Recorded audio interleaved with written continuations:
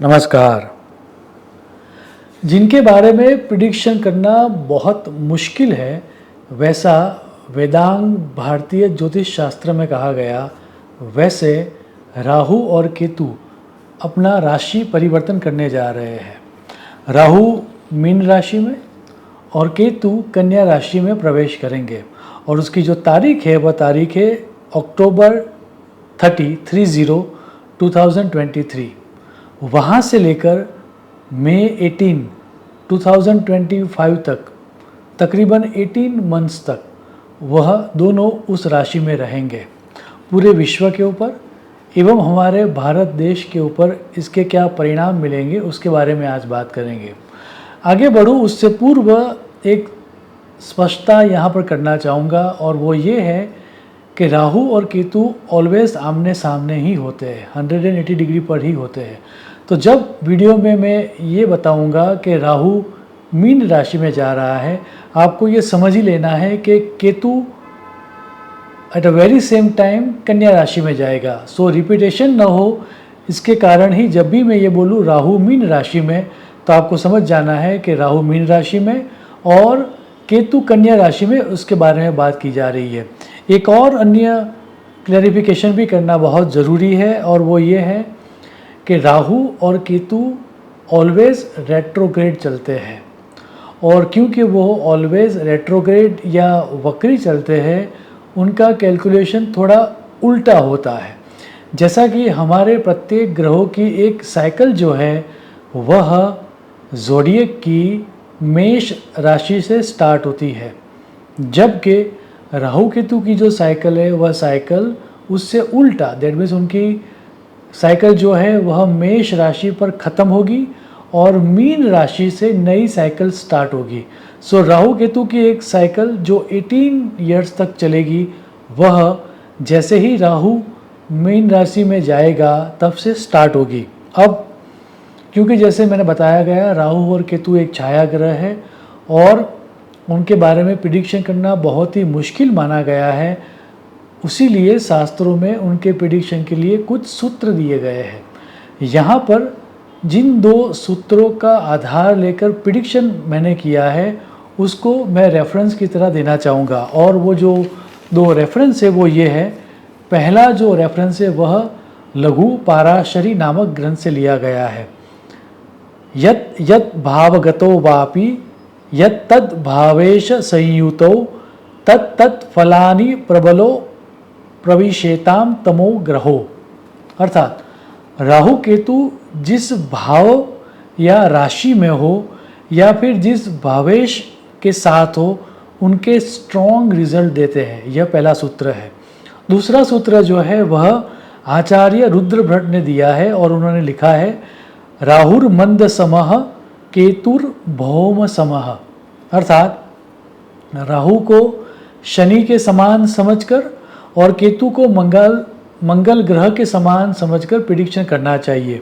अब इस ट्रांजिट में राहु गुरु की राशि दैट मीन्स मीन राशि में जाएगा और केतु बुध की राशि में दैट मीन्स कन्या राशि में प्रवेश करेंगे। सो गुरु और बुध के कारकत्व को नेक्स्ट लेवल पर ले जाने का काम यह ट्रांजिट करेगी। अब इस ट्रांजिट के बारे में बात करते हुए संहिता विचार टीका में सर्वप्रथम यह सूत्र दिया गया है, राहुर मीन राशो नवराष्ट्रम। अर्थात राहु जब मीन राशि में जाता है तब नए राष्ट्र या नए नेशंस क्रिएट होते हैं।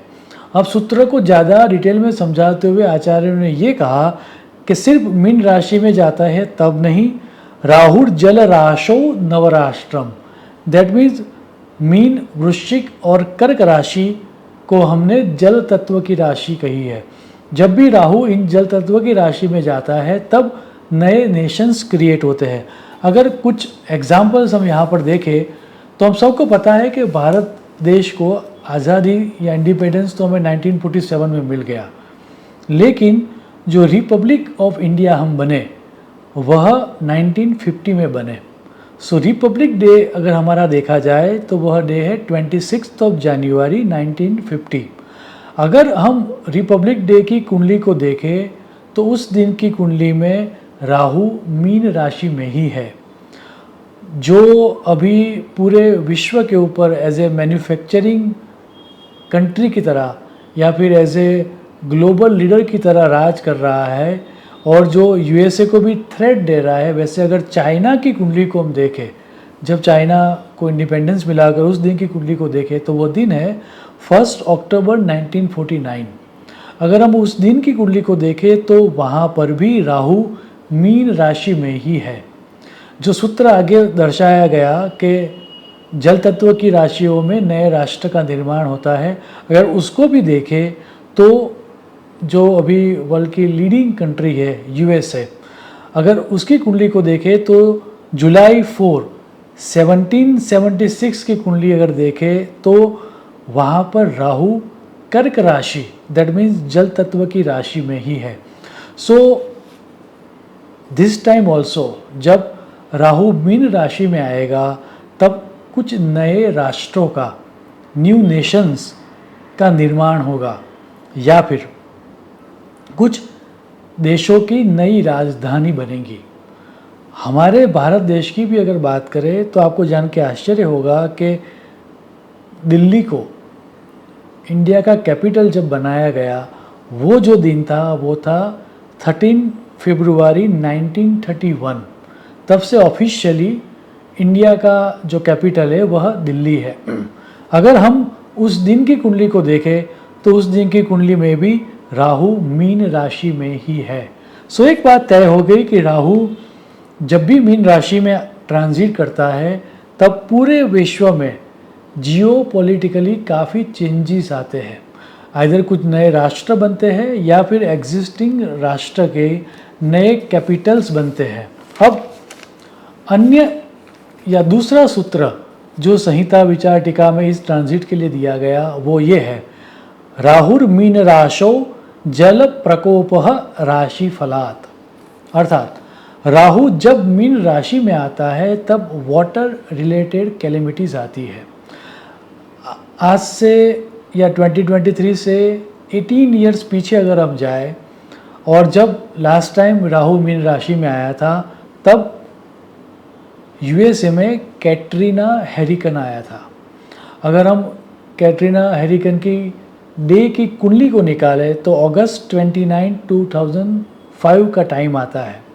अगर हम उस दिन की कुंडली को देखें तो उस दिन की कुंडली में भी राहु मीन राशि में ही था।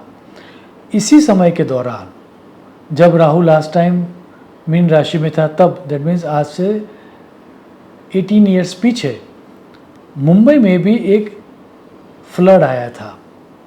और अगर हम उस दिन की कुंडली को देखें तो वो दिन जो था जब मुंबई में फ्लड आया था वह दिन था 26 जुलाई 2005 और 4-5 दिन तक उसकी इफ़ेक्ट रही थी और हमारा जो फाइनेंशियल कैपिटल था वह एक तरह से बंद हो गया था।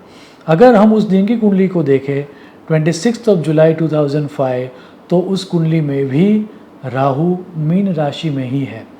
इतना ही नहीं, अगर हम समय में थोड़ा और पीछे जाए और 20वीं सदी का सबसे बड़ा फ्लड जिसे कहा गया है 1931 यांगजी रिवर फ्लड जो चाइना में हुआ था, ऐसा कहा जाता है कि तकरीबन more than 4 to 5 lakhs of people उस फ्लड में मर गए थे। अगर और वो जो फ्लड हुआ था वह फ्लड हुआ था अगस्त 25, 1931। अगर हम उस दिन की कुंडली को देखें तो वहाँ पर भी राहु मीन राशि में ही है। तो एक बात तय हो गई कि राहु जब भी मीन राशि में आता है फ्लड्स या फिर हरिकेन या फिर टॉर्नेडो के कारण बहुत बड़ा नुकसान होता है, यह तय है। इसके अलावा क्योंकि राहु केतु की जो एक्सिस है वह एक्सिस गुरु बुध की एक्सिस में आती है, दैट मीन्स राहु गुरु की राशि में जा रहा है और केतु बुध की राशि में जा रहा है। टेक्नोलॉजिकल एडवांसमेंट्स या फिर स्पेस एक्सप्लोरेशन में महत्वपूर्ण इवेंट्स होते हैं। आपको जान के आश्चर्य होगा कि वीडियो स्ट्रीमिंग में जो लीडिंग प्लेटफॉर्म है यूट्यूब, उसका सर्वप्रथम video me at the zoo अप्रैल 23, 2005 को अपलोड किया गया था। अगर हम उस दिन की कुंडली को देखें तो उसमें भी राहु मीन राशि में ही है। इतना ही नहीं, सोशल नेटवर्किंग की साइट जिसकी एक ट्वीट से पूरी की पूरी जियोपॉलिटिकल चेंजेस हो जाते हैं, वह ट्विटर की स्थापना मार्च 21, 2006 को हुई थी। उस दिन की कुंडली में भी राहु मीन राशि में ही है। राहु की मीन राशि की ट्रांजिट में टेक्नोलॉजी में, सोशल मीडिया में रिवोल्यूशनरी चेंज आते हैं और वो चेंजेस इतने बड़े होते हैं कि पूरी की पूरी दुनिया एक तरह से बदल जाती है। आज अगर हम देखें तो मैक्सिमम लोगों का टाइम सोशल मीडिया में, यूट्यूब के ऊपर, एवं अगर हम बड़े बड़े नेता या इन्फ्लुएंस आदमियों की बात करें तो उनका टाइम ट्विटर पर जाता है। तो उन दोनों की स्थापना तभी हुई थी जब राहु मीन राशि में था। सिर्फ सोशल मीडिया की ही बात नहीं करनी है। ट्विटर के जो मालिक अभी के है, जो इलोन मस्क, जिसके बारे में बात करते हैं, स्पेस एक्सप्लोरेशन या फिर स्पेस टूरिज़्म, ऐसा कहा गया है कि राहु जब मीन राशि में आता है तब स्पेस एक्सप्लोरेशन में भी बहुत बड़ी क्रांति आती है। जब हमने फर्स्ट टाइम मून पर स्टेप रखा, वो दिन था जुलाई 20, 1969 का दिन। अगर हम उस दिन की कुंडली को देखें तो उस कुंडली में भी राहु मीन राशि में ही है। ये जो 18 इयर्स की साइकिल स्टार्ट होगी, राहु जैसे ही मीन राशि में आएगा, इस साइकिल के दौरान स्पेस में रहने के लिए कोई नई जगह हम ढूंढ लेंगे। भले ही आज अभी आपको लग रहा है कि ये kind of A impossible task है, लेकिन जिसके बारे में इलोन मस्क एवं जेफ बेजोस बात किया करते हैं, स्पेस कॉलोनीज की। आने वाले 18 इयर्स की ये जो राहु की साइकिल है, उसमें हम स्पेस कॉलोनीज बनती हुई देखेंगे और उसका स्टार्टिंग पॉइंट इस ट्रांजिट के दौरान ही होगा।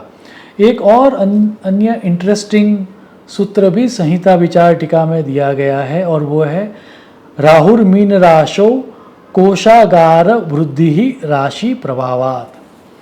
इस सूत्र को अगर डिकोड करके समझे तो एक बात समझ में आती है कि इकोनॉमी के लिए या वर्ल्ड वाइड स्टॉक मार्केट के लिए ये समय एवरेज टू गुड रहेगा। अगर हम हिस्टोलॉजिकल डेटा को देखें, सेंसेक्स के, निफ्टी के या फिर डाउ जोन्स के या S&P 500 के, तो एक बात तय हो जाती है कि राहु जब भी मीन राशि में आता है, ओवरऑल जो ट्रेंड होता है वह अपवर्ड ट्रेंड ही रहता है। एक तरह का तेजी का माहौल ही बना रहता है। आखिर में नारद मुनि ने हम सबको एक सलाह या एक एडवाइस दी है। वो एडवाइस जो कि राहु के ट्रांजिट ड्यूरिंग मीन राशि में हम सबको फॉलो करनी है, उस एडवाइस को कोट करके मैं मेरी वाणी को विराम दूंगा। नारद मुनि ने यह सूत्र दिया है, मीन राशि गते राहो सर्वधान्यस्य संग्रह वर्ष मात्रं च दुर्भिक्षम पश्चात सुभिक्षम एव च। अर्थात राहु मीन राशि में जब आए तब सभी अनाज, ग्रेन्स या फूड आइटम्स को स्टोर करना चाहिए, क्योंकि शॉर्टेज ऑफ फूड्स होती है। राहु मीन राशि में जब आता है, उस समय से लेकर एक समय के अंतराल में अकाल या ड्राउट की परिस्थिति के कारण बहुत सारा एग्रीकल्चर लॉस होता है और उसके कारण एक तरह की शॉर्टेज ऑफ फूड्स बनी रहती है। लेकिन उसके बाद का जो राहु का मीन राशि का परिभ्रमण होता है वो बहुत ही सुखदायक रहता है। राहु का और केतु का यह ट्रांजिट हम सबको जीवन में सुख, शांति और समृद्धि दे, ऐसी ईश्वर को प्रार्थना करते हुए मेरी वाणी को विराम दूंगा। शुभम भवतु। प्रणाम।